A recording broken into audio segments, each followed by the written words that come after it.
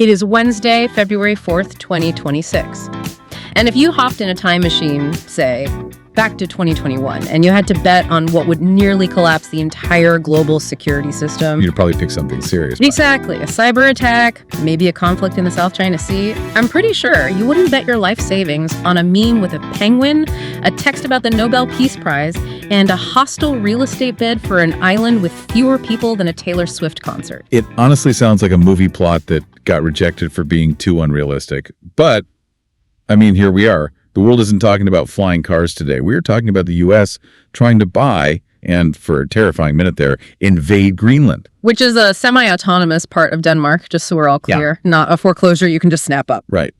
Welcome to the Deep Dive. Today we're unpacking the whole Greenland crisis of 2025 and 2026. We've got a huge stack of sources for this one Stratford Bruce, CSIS reports, The Guardian, even deep dives from channels like Real Life Lore. And our mission today is really to get past the funny headlines. And believe me, we will get to the funny headlines. Oh, we will. But we need to figure out how a joke about buying an island turned into Operation Arctic Endurance and almost broke NATO in half. And you have to, because while the surface is genuinely hilarious, the penguin meme is an all-timer, the stuff underneath is deadly serious. It's a collision of manifest destiny, resource wars, and a stress test that the Western alliance almost failed completely.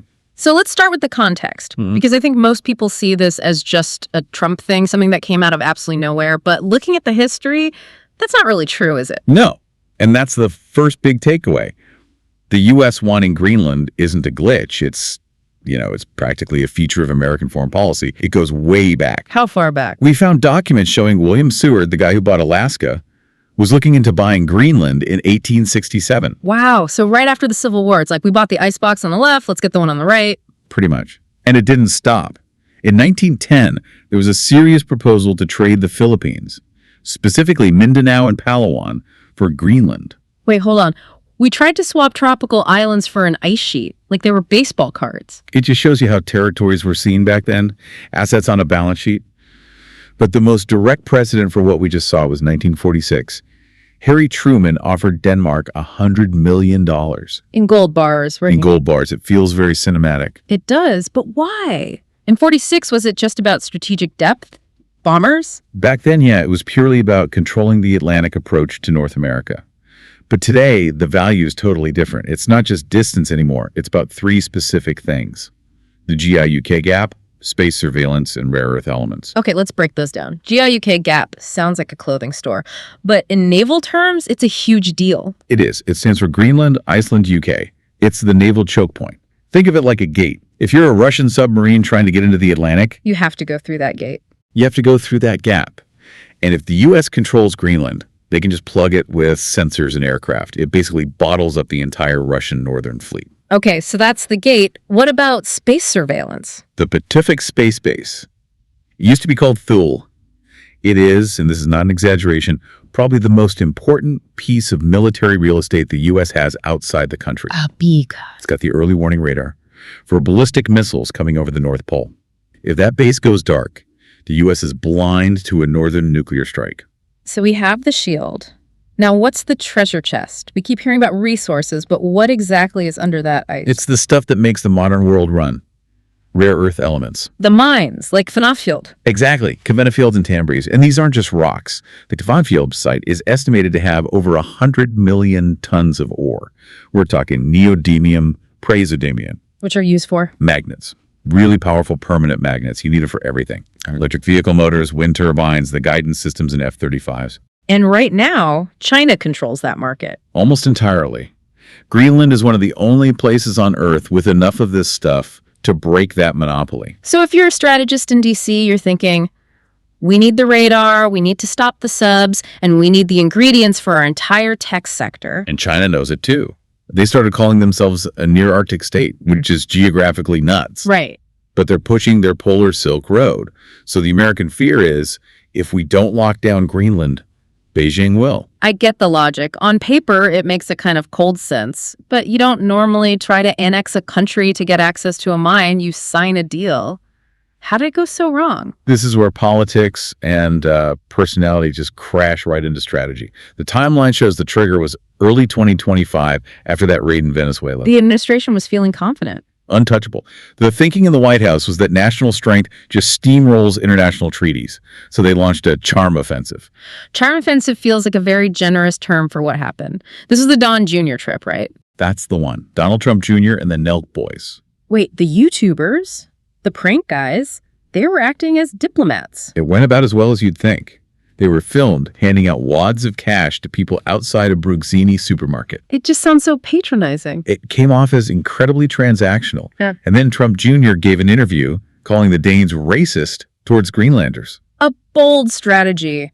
Insult the landlord while you're trying to buy the house. You're terrible people, now sell me your country. It backfired spectacularly. Oh. So when the charm failed, they went straight to threats. President Trump threatened a blanket 25% tariff on all goods from the European Union. Just pause on that. A 25% tax on German cars, French wine, everything, because Denmark wouldn't sell an island. It was economic blackmail on a continental scale. Yeah. But the absurdity really peaked with the leaked text message. The Nobel text? I remember seeing this on Twitter and just scrolling past it, thinking it had to be a parody. I think everyone did. But it was real. Trump texted Jonas Gahr Støre. The Prime Minister of Norway. Correct. And he's furious he didn't get the 2025 Nobel Peace Prize. He texts the Norwegian leader that he's, quote, no longer invested in peace, and that Denmark needs to hand over Greenland now. So he's texting the leader of Norway to demand territory from Denmark because of a prize given out by a Norwegian committee. It's like yelling at the manager of Burger King because McDonald's got your order wrong. It shows a complete confusion about who he's even dealing with. And that confusion bled into the propaganda, too. We have to talk about the penguin. The penguin. This was the visual summary of the whole crisis. The White House puts out this AI-generated image of Trump planting a huge American flag in the snow in Greenland, and standing next to him, looking up at him, is a penguin. Which, for anyone who missed that day in biology, lives in the Antarctic. The South Pole. Yes, there are no penguins in the Arctic. It was just this perfect symbol that the people trying to redraw the map hadn't even bothered to look at the map. And somehow Congress still jumped on this. Oh, yeah. Representative Buddy Carter introduced H.R. 1161, the Red, White, and Blue Land Act of 2025. I still can't believe that name is real. Red, White, and Blue Land. It sounds like a 4th of July sale at a mattress store. And it legally proposed renaming the island. It was supposed to be patriotic, but in Copenhagen and Nuuk, it was seen as just erasing their entire identity. Okay, so we've had the farce, but then it stops being funny. The rhetoric shifted from buy it to take it. And this is where the total misunderstanding of Greenland becomes really dangerous. Trump reportedly mocked their defenses as, quote, 2 dogs and a sledge. Just walk in and plant a flag. Easy. Except it's not. Our military sources point out this is a fatal miscalculation. First, you have the serious dog sled patrol. Which sounds kind of quaint, I have to admit. It isn't. It's an elite Danish naval unit. These guys patrol 8,000 miles of coastline in negative 50-degree weather. They use old bolt-action rifles because modern automatics freeze solid. They are hardcore survivalists. Okay, so not just a couple of guys with huskies. No. And then you have the Frogmen Corps. They're special forces. Like Navy SEALs, but for icy water. But the real enemy in Greenland isn't the soldiers. It's the island itself. The geography. It's huge. 3 times the size of Texas, and 80% of it is a 2-mile thick ice sheet. There are no roads connecting the towns. None. You can't land a tank and drive to the next city. One analyst called it a logistics problem wearing a parka.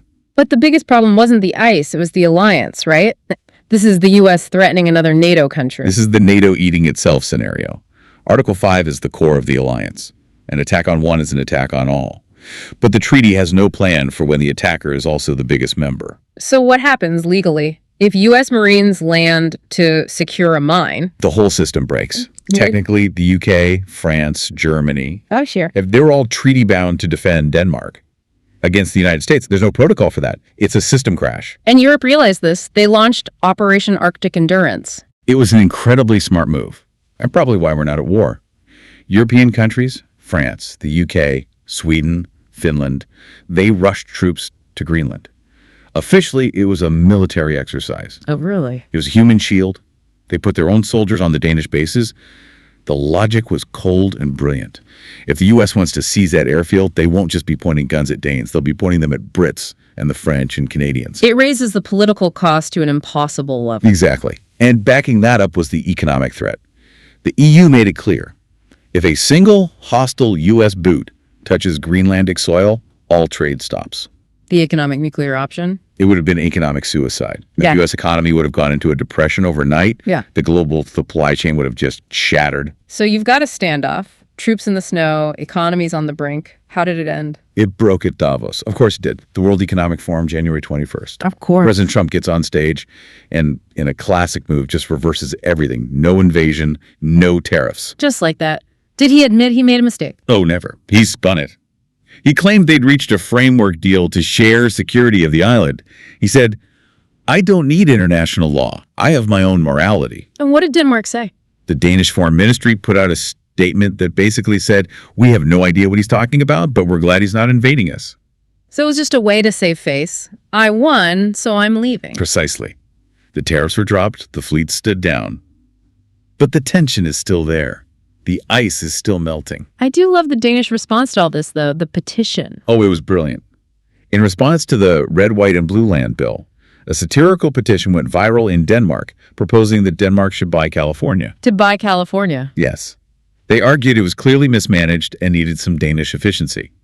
The petition promised to bring Hig to Hollywood and put organic smørbrød on every street corner. I mean, I'm listening. Better public transit and open-faced sandwiches. You've got my attention. It was the perfect way to expose the absurdity of it all. So, to wrap this up, we went from a weird real estate idea to the near total collapse of the Western Alliance, all over an island of 57,000 people and some very confused imaginary penguins. What's the real takeaway here? I think the big lesson is fragility. We think of alliances like NATO as permanent, like laws of physics. But this showed they're just agreements. They're based on norms and trust. And if you ignore those, the whole thing can unzip incredibly fast. It's built on trust, not just a contract. Exactly. And here's the final thought I want to leave you with. We can laugh at the incompetence, the wrong bird, the wrong country. But the reason for this crisis, the melting ice and the rare earth elements, that isn't going away. The strategic value is only going up. This time, the pressure came from a chaotic Washington. But what happens in 10 years when that pressure comes from Beijing and their Polar Silk Road? Or from Russia, trying to secure their northern flank. Exactly. Will we see another attempt to buy the island? Or will Red, White, and Blue Land make a comeback? Not as a joke, but as a perceived strategic necessity. That is a chilling thought. The ice is melting, and the sharks are circling. They are. On that note, we'll wrap it up. Do check the show notes. We have a link to the proposed Red, White, and Blue Land map. The design choices alone are something. It's certainly bold. Thanks for listening to The Deep Dive. Stay curious, stay warm, and we'll catch you on the next one.